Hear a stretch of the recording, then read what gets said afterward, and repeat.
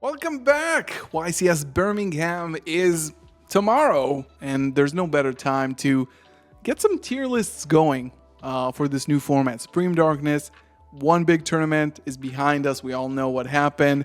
If you don't know, check out my YCS recap that I uploaded. We're back-to-back weekends, which is great for tons of new content for you guys. So thank you so much for tuning in. If you do like this type of content, make sure to like the video, subscribe to the channel. This close to 26K. So let's get us there.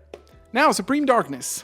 It is basically a 2.5, so sort of like 2.5 deck format, right? I do want to rank these ahead of YCS Birmingham just because we had the first tournament, so we already know pretty much what's going on, but I think there's going to be a few surprises. I think that there might be some slipper picks and also some decks that actually have gone up in ranking, and some decks that turn out to be a little bit fake. But we'll see about that in Birmingham. Of course, North America and Europe have different playstyles. We see different players doing different things. So it's going to be super interesting to see what's going to go down in Birmingham tomorrow, starting tomorrow. It's going to be great. Now, pretty much S, A, B, C, D, right? Let's name our tiers. I think these are the decks to beat.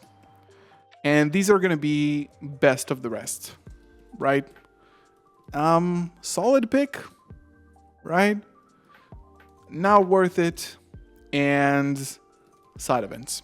Before we start, I want to give a huge shout out to my sponsors, Sleeve Chief. Sleeve Chief is the leading website in custom Yu-Gi-Oh! And anime products for card games. Cloth and rubber playmats, premium deck boxes, sleeves and border sleeves, and of course imported and exclusive Japanese OCG sleeves that you can't really get anywhere else. Sleeve Chief's art and design is unique and is made by artists specifically for them, so you won't be able to find these types of designs and products anywhere else. I use Sleeve Chief's products daily, whether it's for sleeving up my collections or carrying my deck to locals every Tuesday, so if you want to get yourself some of these products as well, head over to sleevechief.de and use my code galzo5 to get 5% off and support my channel. This helps way more than you think, so I would appreciate it if you check them out and use my code. Now, back to the video.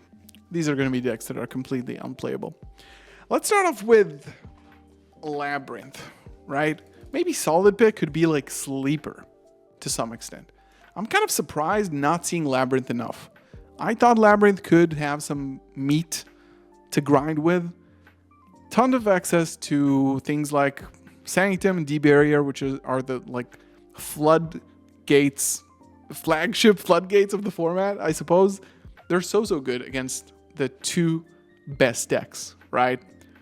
But Labyrinth, I don't know. Leave it down in the comments because I was scared of Labyrinth always being like the third, fourth best pick of a format, right? Because it's super counter meta. It's not limited by any means. Fiendsmith is still a thing. Unchained cards are alive. So like, why is this deck not seeing the success that it probably should be seeing? I don't really know. It could be a sleeper, but I don't know if it's gonna be able to compete. Now, I think even better than that, the Azamina decks, we saw Fiendsmith Azamina with crazy combos that go through like the Sinful Spoils cards to even the big Azamina fusion, the Moa Regina, getting access to Sinful Spoils cards, getting access to Chaos Angel. Fiendsmith is obviously like super easy. Tons of hand traps, tons of bestials. It could be a sleeper. It could be a sleeper in a sense where, you know, it has the power. It has the power of non-engine. It's basically like every other Fiendsmith variant, which is like, very good engine put together. Yeah, so it could be up there. It could definitely be up there. I don't really believe in like a meta that is very hand trap heavy. I don't believe in Melodious, even though I got some players playing it in my locals. I saw people hyping it up. I know Distant Coder for some reason is on it. Kevin, I don't know what you're doing, but it is a budget deck, I suppose. I don't think it's good enough. I don't think it's good enough for sure. And unfortunately, I also don't think branded is good enough either. Like, I'm not a believer. It's simply a fact of a huge hand trap format, right? You could go far with branded to some extent. We even saw it in the last stream, in the last YCS, the North American one in Orlando. We saw branded, but unfortunately, I'm not sure if it is the format for branded specifically. Now, if you do want to let me know in the comments below if you do want me to cook something, because I haven't uploaded a branded profile in a minute, but I have been getting into it a little bit. Talked with my friend Raul Sanders.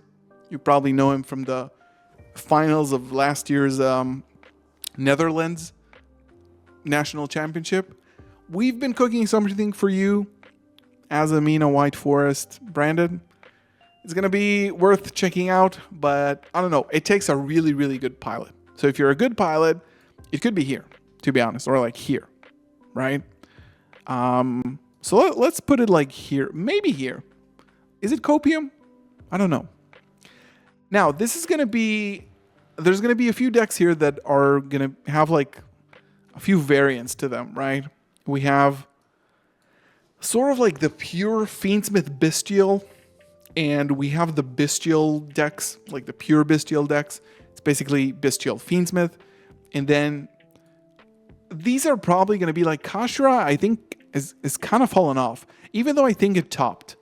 But I think like pure Fiendsmith, pure Bestials are going to be the best of the rest, just because they rely on the strongest engines in the game. They're just going to be like, you know, they're always going to be up there for some reason, right?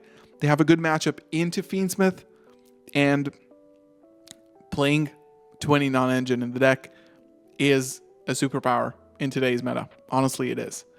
Now, Centurion, it's funny how I think this deck has fallen off just because of Detonator. Basically, Detonator checks this deck to wide like hell. Malice also, like Shifter and stuff like that, right?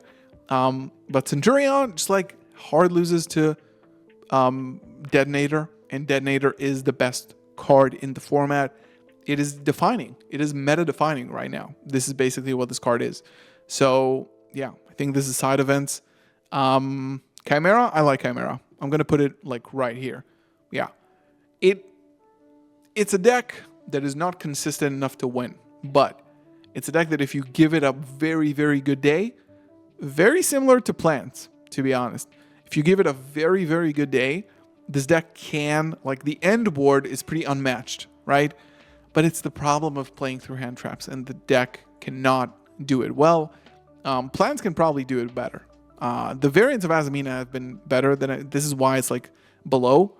But again, guys, this is Europe. You know what that means. The plans come out. Crystron. I think Crystron is like, I think it's here. I'm not going to give it that much credit. I haven't played against it that many times, but it's a good deck. I mean, it's a solid option for a tournament like this. I think it hasn't topped in Orlando. Like, if it ever tops, it's going to be right now. Like, this is going to be the time where it tops for sure.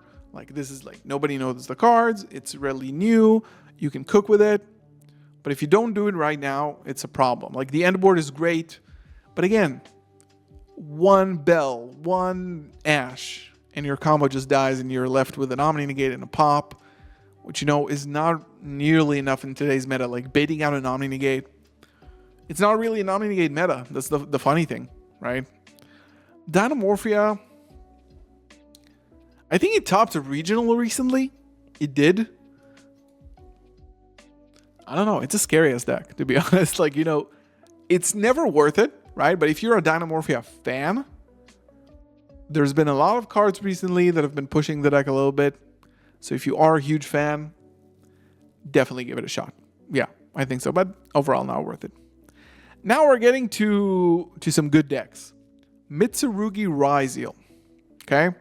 So I've been calling it fake for a while. I don't enjoy playing the deck, even though it saw 7 of the 64 top cut slots in Orlando. It was in the finals. It was being played by Jesse, by Triff. Good players are taking it. I'm betting maybe Josh is going to take it too. We'll see. I don't know what he's playing this format, so it's going to be interesting to watch that. But I am not going to put it in the decks to beat. It is the best of the best of the best of the rest. It's not going to move from here. Mitsurugi Ryzeal has higher ceiling, great inboard, but consistency issues, bricks, and just unfavorable draws. I didn't like piloting it just because of the fact that it's just like, it's not Ryzeal. It is not Ryzeal. The Mitsurugi cards kind of get in the way. Even though it saw success, good players topped with it. But if you see who topped with it, it was like the best of the best players. So it did not see the conversion rate I think it should have seen. Goblin Bikers, it's a solid deck, but I don't like it personally. I don't like what it does. I think Voiceless Voice is kind of like here too. It could do some cool things. Maybe if somebody could cook up like Mitsurugi Voiceless Voice? Is that a thing? People are going to do that? I don't know. So these are like, you know, kind of like side events decks, but they're cute. I love it. I'm kind of like feeling bad that Voiceless Voice came out of style so quickly. It was like this and it was gone, right? It was too fast. Malice is going to be one of the two decks to beat. It's an incredible deck. People hate it. People give it hate for good reasons probably. It's a shifter deck sometimes, and it just doesn't lose to interruptions. It has very creative lines to play around interruptions. It's really, really solid. Like as a deck, it is very, very good. Now, the matchup is really Ryzeal and Malice. This is basically the format, and it not normally like you see decks coming out of a deck building set wave 1 and be so good. So Malice, it's pretty easy to know that Malice with Fiendsmith, without Fiendsmith, with Bestials, with hand traps. I think the Bestial hand trapped variant are significantly better. This deck is the deck to beat. Basically the deck to beat.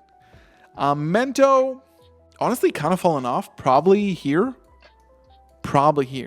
With the shifter, with some Bestials.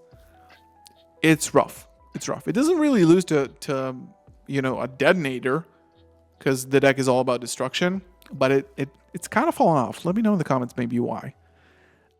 This is going to be the top of the sleepers, in my opinion. It's going to be the top of the sleepers because this deck has gotten support. The new Poseidon is incredible, and we saw this deck top 2 slots. This deck, you lose the die roll, you're going to have a bad time. This is all there is to it. And this deck is super oppressive. Getting rid of your hand, looking at your hand. If you lose the die roll to this deck and you don't have like a good Mulcharmy or a Dweller, that's a problem, like Dweller. But they counter it with Xyz Anchor.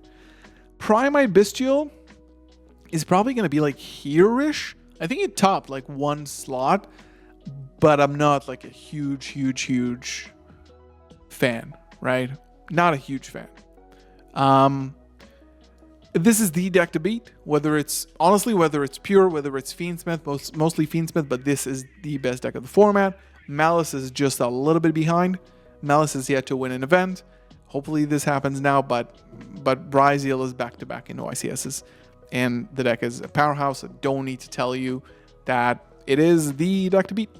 Now I realize that this was supposed to be the pure Azamina that we saw on stream in Orlando, and this is supposed to be White Forest. That was confusing, but we'll probably put it like this. White Forest, maybe actually here. Yeah. And Tenpai, I think Tenpai is going to be here. I think it's going to be here. We saw not 1, not 2 tops. We saw a bunch of tops. Guys, this deck with the Sky Striker cards, with the Bestials, with Fiendsmith, this deck is still bonkers. Or you're just going to not see it in huge numbers, but overall, you're going to see it. This is going to be sort of like my prediction to YCS Birmingham, my tier list, my power rankings. Let me know what you disagree with or agree with in the comments below. Thank you so much for watching. Leave a like on the video, share it with a friend who needs to see this. Subscribe. I'll see you in the next one. Peace.